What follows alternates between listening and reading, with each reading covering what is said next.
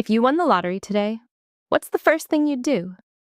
Think about it for a second, because the truth is, over 70% of the people who've won big in the lottery end up broke. When most people win, the first thing they do is quit their job, or take a vacation, clear their debts, buy a house and a couple of luxury cars. None of those things are bad. But the truth is, if you immediately start thinking of what to spend on, rather than how to make that money work for you, you will end up broke.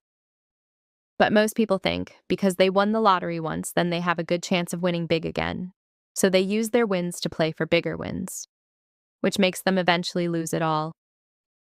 Well, since we're talking about money, let me give you a few figures to motivate you.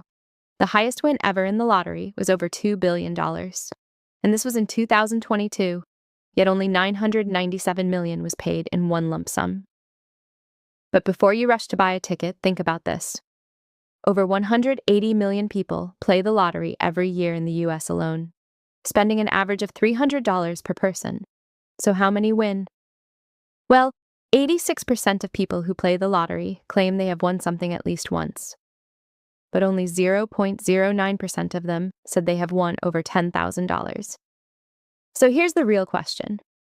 Why are so many people betting their financial future on a 0.09% chance? Because nobody taught them what to do with money when they actually get it. And that's the real problem the lottery exposes. It's not about luck, it's about financial literacy. The people who build lasting wealth don't wait for a windfall. They build systems, slowly, deliberately. They understand that money without a plan has a very short lifespan. Think about it this way. If you handed someone a car but never taught them to drive, the car doesn't last long. The lottery is the car.